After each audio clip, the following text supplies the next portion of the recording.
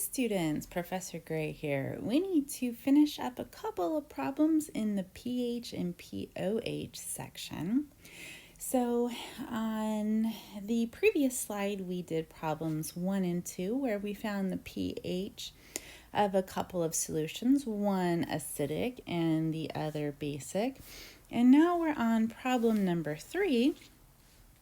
And problem number 3 says, what is the pH of a potassium hydroxide solution with a hydroxide concentration that's 1.1 times 10 to the negative 2?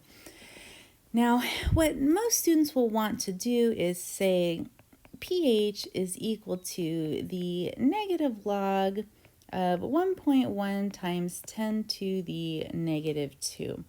But we can't do that because pH is equal to the negative log of the concentration of hydronium, and we don't have concentration of hydronium, we have concentration of hydroxide.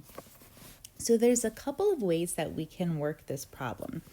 And the first one is with Kw. So we can say that Kw is equal to the concentration of hydronium times the concentration of hydroxide, and that means that the concentration of hydronium is equal to Kw divided by the concentration of hydroxide. And Kw is always what number? It's always 1.0 times 10 to the negative 14. And we're going to divide that by the concentration of hydroxide, which is right here. So we'll have 1.1 times 10 to the negative second power. And when we do the math on that, we're going to get 9.09 times 10 to the negative 13. And we've got 2 sig figs here and 2 sig figs here. So our answer is going to be in 2 significant digits. So we have 9.1 times 10 to the negative 13. And that is the concentration of hydronium. So now we can take this number and plop it into our equation for pH. So we have the negative log of 9.1 times 10 to the negative 13th.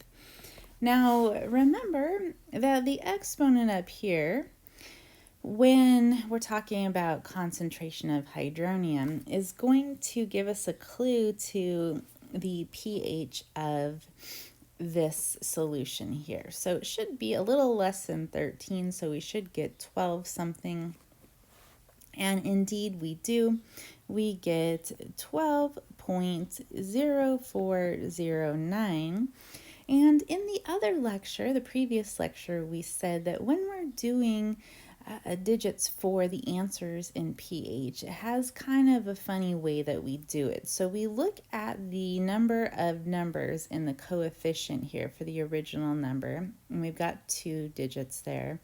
And what we want is the same number of digits here, so 2, behind or to the right of the decimal in our pH answer. So that gives us 12.04 for our pH, and that makes sense because we have a potassium hydroxide solution, which should be basic, and we have a pH that's telling us that we're definitely in the basic zone.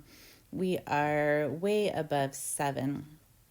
And the 13 right there said that we should have a little bit less than that number, and we do. We have 12. Okay, so that was the first way that we could work this problem using Kw. The other way that we can work this problem is by remembering that pH plus pOH is equal to 14. Okay, so what we can do is we can say, all right, we've got the concentration of hydroxide, so we can do the pOH on that. And the pOH is the negative log of the concentration of hydroxide, and that's going to give us the negative log of 1.1 times 10 to the negative 2. And that right there is going to give us 1.958607 And again, we have 2 digits in the original number, so for logarithmic answers, we're going to want 2 digits after the decimal, to the right of the decimal. So what we have is a pOH of 1.96. So if we take this original equation and we rearrange it, what we will have is that our pH is equal to 14 minus our pOH.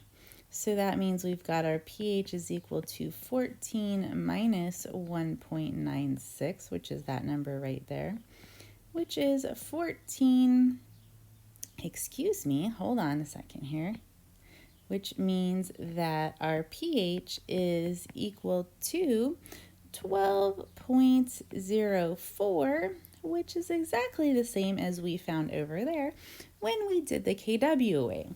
So you guys feel free to work the problem either way, however you feel is easiest, however your brain likes it, because you'll get to the same answer either route, which makes sense because it's the right answer.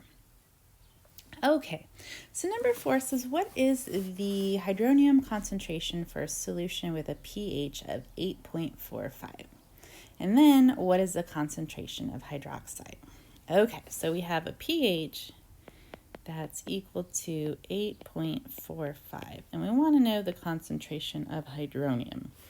And we know from one of the previous slides that the concentration of hydronium is equal to 10 to the negative pH. So if we were to go ahead and put that into our calculator, we do 10, and then we do the little rooftop key, and then we do the negative key, not the minus key, the negative, and 8.45, and we would hit equals, and that would give us a concentration of hydronium of 3.5 times 10 to the negative 9, and that would be molar. Now the pH has 2 numbers to the right of the decimal, so if we go backwards, we're going to want 2 numbers in the coefficient of the original number answer there. So that's why I did 3.5 instead of doing more digits there. And of course that would be molarity, and that would be hydronium there. Okay, so that's the concentration of hydronium in this solution right here. Now, this asks also for the concentration of hydroxide. So we can do KW, or we can do pH plus pOH equals 14 and figure it out from there. So if we did pH plus pOH equals 14, we would have that the pOH is equal to 14 minus the pH. And we'd have 14 minus 8.45. So we'd have that the pOH is equal to 5.55. And remember that the concentration of hydroxide is equal to 10 to the negative pOH. We have OH here and we have OH here. So that means that the concentration of hydroxide is equal to 10 to the negative 5.55, and that is going to give us 2.8 times 10 to the negative 6, and we've got molarity there, and it would be OH minus. Again, if you solve it the other way with KW, is that okay? Absolutely, and you should come to the same answer here if you work it through KW, because that's how it works.